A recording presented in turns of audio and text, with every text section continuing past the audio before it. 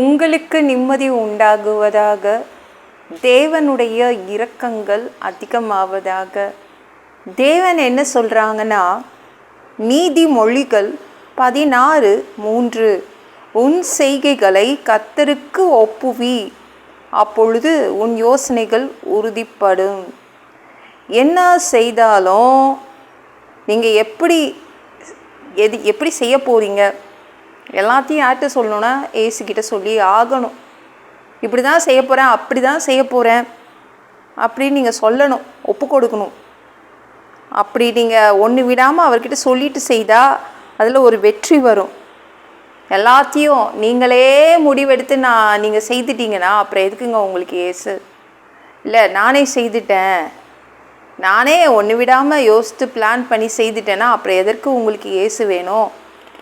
நீங்கள் எது செய்தாலும் என்ன செய்தாலும் நீங்கள் தேவன்கிட்ட சொல்லிட்டு தான் செய்யணும். சில பேர்லாம், நிறைய பேர், நான் தான் ராஜா, நான் தான் ராணி, நான் நினைக்கிறது தான் நான் செய்வேன் அப்படின்னு சொல்கிற உங்களுக்கு எதற்கு ஏசு தேவைப்படுது? எல்லாத்தையும் செய்துட்டோன்னே பிரச்சனைன்னு ஒன்று வந்துட்டா அப்புறம் பார்த்துக்கலாம், அப்புறம் ஏசுக்கிட்ட போகலாம். ஒரு முடிச்சு விழுந்தா அப்புறம் ஏசுக்கிட்ட போவோம்.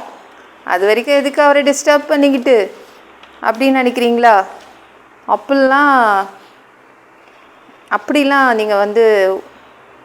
நீங்கள் முடிவெடுத்தால் கஷ்டம். ஃபஸ்ட்டே சொல்லிடுங்க, இது செய்ய போகிறேன், அது செய்ய போகிறேன் அப்படின்னு. சரிங்களாங்க? நீங்கள் அப்படி செய்தீங்கன்னா எல்லாமே உங்களுக்கு வெற்றி வரும். பக்கத்தில் இருக்கிற கடைக்கு போகிறதா இருந்தால் கூட நீங்கள் சொல்லிட்டு தான் போவோம். வீட்டில் எல்லார்கிட்டையும் சொல்லுவோம் பக்கத்தில் உள்ள கடைக்கு போகிறேன்னு. ஆனால் ஏசுக்கிட்ட சொல்ல மாட்டீங்க. சொல்லணும், நான் பக்கத்தில் உள்ள கடைக்கு போகிறேன், இதெல்லாம் வாங்க போகிறேன், அதெல்லாம் வாங்க போகிறேன் அப்படின்னு நீங்கள் சொல்லணும். அப்போனா யோசனைகள் என்ன பண்ணும், உறுதிப்படுத்துவார் தேவன். இது வாங்காத, இது எதுக்கு உனக்கு, இந்த கடைக்கு போகாத, அந்த கடைக்கு போ அப்படின்னு அவர் சில யோசனைகள் கொடுப்பார். கிச்சனுக்குள்ளே போகிறீங்களா, அப்போவுமே ஏசுக்கிட்ட சொல்லிட்டு தான் போகணும். இதெல்லாம் செய்ய போகிறேன், இந்த குழம்பு வைக்க போகிறேன், இந்த பொரியல் செய்ய போகிறேன், இப்போ பாத்திரம் விளக்க போகிறேன் அப்படின்னு ஒவ்வொன்றும் சொல்லணும் அவர்கிட்ட. அப்போனா அவர் உங்களுக்கு ஞானத்தை கொடுப்பார். சீக்கிரமாக செய்து முடிச்சுட்டு வெளில வந்துடலாம். அதிகமான அறிவை கொடுப்பார். அதனால் எல்லாத்தையுமே ஒப்படைக்கணும். அப்போ சொதப்பாமல் வருங்க. நம்மளா செய்து எல்லாம் சொதப்பிட்டு அப்புறம் உட்காந்து அழுறதை விட எல்லாம் அவர்கிட்ட ஒப்படைச்சிட்டா சொதப்பாமல் வரும். சரிங்களா? உங்கள் ஆலோசனையை நீங்கள் ஒப்பு கொடுத்து விட்டால், காலையிலே, அம்மா நான் இன்றைக்கி வேலைக்கு போகிறேன், இந்த வேலைலாம் இருக்குது, நான் இந்த பிஸ்னஸ்க்கு போகிறேன், இந்த தொழிலில் நான் இதெல்லாம் செய்ய போகிறேன்னா, ஓஹோ என் பிள்ளை மனசில் இவ்வளோ ஐடியா இருக்குது, இது தப்பு, இப்படி கரெக்ட் பண்ணுவார். அவர் திருத்தி கொடுப்பார். வேண்டாம், இதுபடி செய்யாத அப்படின்னு உங்கள் மனசுக்குள்ளே வேறு மாற்றி வைப்பார். அதனால் எப்போமோ எது செய்கிறதா இருந்தாலும் ஏசுக்கிட்ட சொல்லிட்டு செய்யுங்க. சரிங்களா? அவர் உங்கள் ஆலோசனைகளை உறுதிப்படுத்தும் போது எல்லாமே சொதப்பாமல் வெற்றிகரமாக வந்துடும். சரிங்களாங்க? நீங்கள் பெரிய முடிச்சு விழுந்தாதான் நான் ஏசுக்கிட்ட வருவேன், ஏதாவது ஒரு பிரச்சனை வந்தால் தான் ஏசுக்கிட்ட வருவேன் அப்படின்னா உங்கள் ஆயுசு நாட்களில் நிறைய நாட்கள் வீணடிச்சிடுவீங்க. வேஸ்ட்டாக போகக்கூடாது. நம்மளுக்கு இருக்கிறதே இந்த பூமியில் 100 வருடங்கள். அது ஏன் வேஸ்ட் பண்ணுறீங்க? இருக்கிற நாட்கள்லாம் தேவன்கிட்ட இதெல்லாம் செய்யட்டா கேட்டு செய்யுங்க. சரிங்களா? நம்ம ஏதேன் தோட்டத்தில் இருக்குல்ல, ஏதேன் தோட்டத்தில் ஆதாம் இருந்தாங்கல்ல, அப்போது தேவன் என்ன தெரியுமா செய்தாங்க? எது செய்தாலும் நம்ம ஆதாம் கிட்ட போய் காமிச்சாங்க. ஆதாம் நான் இது செய்திருக்கேன், நீ பேர் வை. ஆதாம் நான் இந்த பறவை செய்திருக்கேன், இந்த மிருகம் செய்திருக்கேன், நீ பேர் வை அப்படின்னு ஒவ்வொன்றா காண்பிச்சாங்க. ஆனால் நம்ம ஆதாம் இருக்காங்கல்ல, ஆதாம் அப்படி கிடையாது. ஆதாம் தேவன்கிட்ட ஒன்றுமே கொண்டு போய் காமிக்கல. மனைவி வந்துட்டோன்னே, ஏன்னா அவன் வாழ்க்கையில் அவனுக்கு தேவனை விட ஏவாள் தான் பெரியவளா தோன்றினாள். ஓ, தேவனை விட இந்த ஏவாள் தான் பெரியவள் அப்படின்னு ஒரு நேரத்தில் அப்படி அவன் அந்தளவு மரியாதை கொடுக்க ஆரம்பிச்சிட்டான்.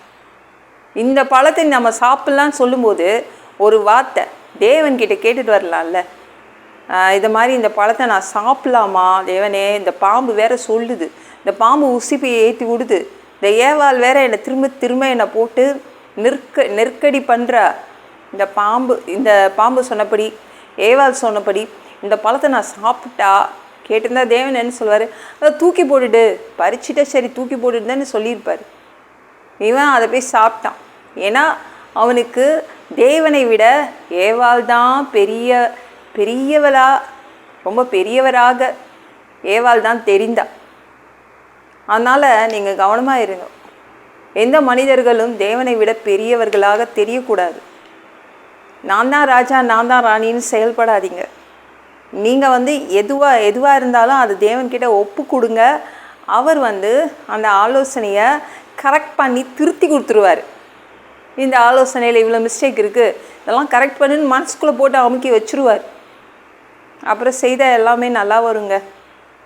அதனால் தேவனை விட வேறு யாரும் பெரியவர்களாக உங்கள் வாழ்க்கையில் நீங்கள் பார்க்கக்கூடாது. தேவன்தான் பெரியவராக இருப்பார். உங்கள் வீட்டுக்குள்ளே தேவன்தான் பெரியவராக இருக்கணும். உங்கள் குடும்பத்துக்குள்ளே தேவன்தான் பெரியவராக இருக்கணும். உங்களுக்குள்ள தேவன்தான் பெரியவராக இருக்கணும். தேவன்தான் தலையாக இருக்கணும். நம்மளாம் வாலு தான், அமைதியாக இருக்கணும். சரிங்களா? இன்னைக்கு காலையில் எல்லாத்தையும் ஒப்பு கொடுத்துட்டு செய்யுங்க. எல்லாம் வெற்றியாக தான் முடியும். இந்த வீடியோ பிடிச்சிருந்துச்சுன்னா மற்றவங்களுக்கு ஷேர் பண்ண மறக்காதீங்க. கர்த்தர் தாமே உங்களை ஆசீர்வதிப்பாராக. ஜெபம் பண்ணலாமா? அன்பு பிதாவே, உங்கள் பிள்ளைங்க உங்கள் பாதத்தில் வந்திருக்காங்கப்பா. சாமி இரக்கம் செய்யுங்க, இறங்குங்க. அப்பா, உங்கள் பிள்ளைங்க இதெல்லாம் செய்ய போகிறேன், அதெல்லாம் செய்ய போகிறேன்னு சொல்லிட்டு தான் செய்ய போகிறாங்க. இனிமேலேருந்து நீங்கள் எல்லாமே அவங்க நினைக்கிற எல்லா ஆலோசனைகளையும் உறுதிப்படுத்தி அதை வெற்றியாக்கி கொடுங்கப்பா.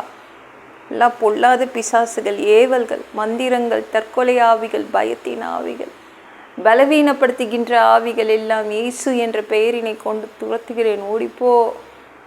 உங்கள் பிள்ளைங்களை இரத்த கொட்டிக்குள் மறைச்சிக்கோங்க. பரிசுத்த ஆவியால் நிரப்புங்க. ஞான ஸ்நானம் எடுக்கணும். ரட்சிப்பீராக. இயேசுவின் காயப்பட்ட தழும்புகளால் எல்லா வியாதிகளும், எல்லா பலவீனங்களும், கேன்சர் போன்ற வியாதிகளும் சரியாகுவதாக. மரணப்படுக்கைகள் சரியாகுவதாக. பரம்பரை வியாதிகள் சரியாகுவதாக. பா, நன்றி அப்பா. மனிதனாக பிறந்தா ஜீவ புஸ்தகத்தில் பேர் இருக்கணும்பா, இல்லைன்னா நரகத்தில் பிடிச்சி தள்ளிடுவீங்க. பா, அங்கெல்லாம் தள்ளினா எப்படிப்பா வாழ்கிறது? தீ எரிக்கிற இடத்துல எப்படி போய் வாழ்கிறது? வாழ முடியாதுப்பா. பரலோகத்துக்கு அனுப்புங்க. நாங்கள் பரலோகத்துக்கு வர்றதுக்கு ரொம்ப ஆசைப்படுறோம். அங்கேயே அனுப்பிடுங்க.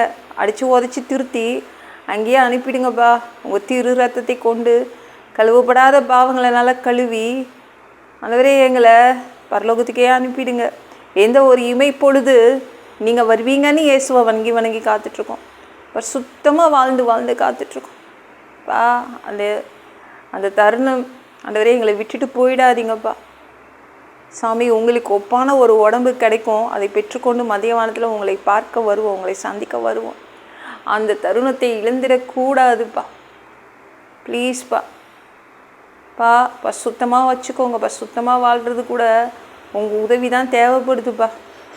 எல்லாத்துக்கும் உங்கள் உதவி தான் தேவைப்படுதுப்பா. நன்றி ராஜா, உமக்கு சோத்திரமப்பா. 3வது தடவை கூட இந்த பூமிக்கு வருவீங்க. இந்த பூமியின் ஓனராக, சொந்தக்காரராக வருவீங்க அப்பா.